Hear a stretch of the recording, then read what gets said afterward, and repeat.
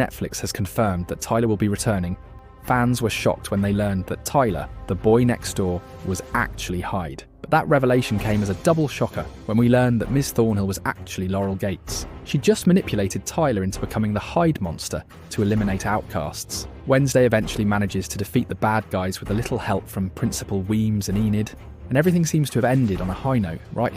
Wrong. Just as Tyler was being transported to Willow Hill Psychiatric Hospital, we watched him struggle through his restraints as he morphed back into Hyde. So, is he the big bad in Season 2 as well? Netflix has confirmed that he is making a comeback, but is he fighting with or against Wednesday this time? One bizarre Reddit fan theory actually suggests that Tyler is allowed into Nevermore Academy, with the Mythical Institute finally lifting its ban on the Hyde. Despite opening its doors to outcasts, Nevermore has one strict rule that it's upheld for 30 years. No Hydes under any circumstances. Maybe Tyler's stint at the psych hospital has left him a better Hyde, and he's now a poster child for the creatures. It's pretty likely that his dad, Sheriff Galpin, is going to be the one to bail him out, and that a huge chunk of the first few episodes is going to be centred around him reforming back into the Tyler we knew. Maybe that goes pretty well, and maybe Wednesday's able to use Tyler's larger-than-life powers as the Hyde to defeat the new villain in Season 2. Maybe the fact that he isn't normal is what draws him closer to Wednesday this time around.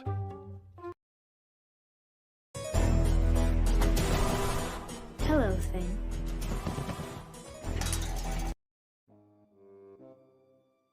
Percy Hynes White is out. How's Netflix going to explain this plot hole? Back in 2022, the fandom was split between Team Tyler and Team Xavier. And while Xavier Thorpe gained the moral edge after being cleared of suspicion, there's a big question heading into Season 2. Netflix has officially announced that Percy Hynes White, who played Xavier, won't be returning. So what happens to his character now? Recasting's out of the question because fans just wouldn't allow it. The next possible theory on what happens to Season 1's main love interest is that he's the first victim of Season 2's antagonist. This theory suggests that Xavier's absence in Season 2 is the main plot. What happened to him? There are also a few other theories, like the one suggesting that he is the mysterious stalker waiting to be solved.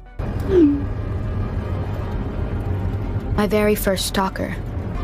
Unlike my novel, not every thread has been tied up, nor every question. Who sends Wednesday threatening messages in Season 1. Wednesday needs a new headmaster and a new villain. How about a two-in-one character? What made Wednesday such a hit was the fact that every episode kept fans on their toes, and the first plot twist in the show came when we met Gabriel, Bianca's truly awful mother. Gabriel spends her time manipulating her daughter and manipulating the people of Morningsong, the cult that she runs. In Season 1's You Reap What You Woe, we're introduced to Gabriel as she makes her way into Nevermore and then threatens to stay there, or else she'll reveal that Bianca used her siren song to get in. Yup, that's her own mother. Gabriel has an agenda, clearly, and that's to exploit more and more people via Morningsong. The best way she can do that is with an army of mythical and extraordinary kids. The same kids who are running in packs at Nevermore. With Principal Weems allegedly gone at the end of Season 1, this leaves a hole at Nevermore that Gabriel's desperate to fill. We also know that she'd go to any extremes.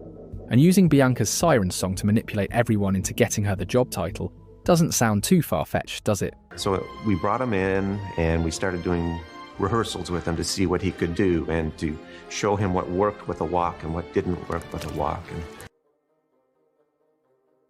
This still doesn't answer the question, who's Wednesday's stalker?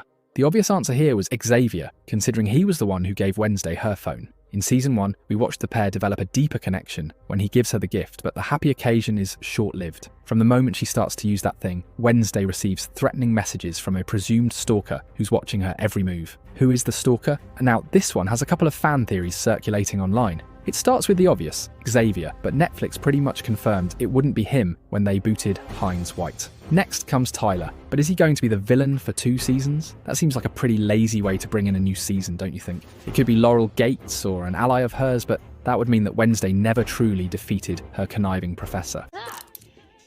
Don't mess with me. This kitty's got claws and I'm not afraid to use them. Good evening, girls. There's also the possibility that Enid is the stalker, but she might just be trying to prove to Wednesday that she has a dark side to her as well. This theory goes on to suggest that she might be Wednesday's main love interest in the 2nd season. Why aren't you wolfing out? Because I can't. That's all I got. And now onto the theory that's so incredibly eerie that it might just make sense. What if it's Wednesday herself? It sounds like a far-fetched fan theory, but hear us out on this one. So, you know how Goody Adams appeared in the season 1 finale, revealing that she'd been inside Wednesday this whole time, but that her work was done after healing her mortal wound. Fans believe that Goody never truly left, and has been working as Wednesday's alter ego this whole time. The theory suggests that Season 2's big bad is Wednesday herself, as she tries to wrestle through her struggles and internal demons. Of course, opponents of this theory claim that Goody wasn't portrayed as an evil character, so why the shift? Even the way he talks, it's pretty hard to find movements that can express feelings. Not above breaking a few fingers. Hey, we don't write the script, we just come up with cool fan theories for it. Which one of these fan theories makes the most sense to you? Let us know in the comments.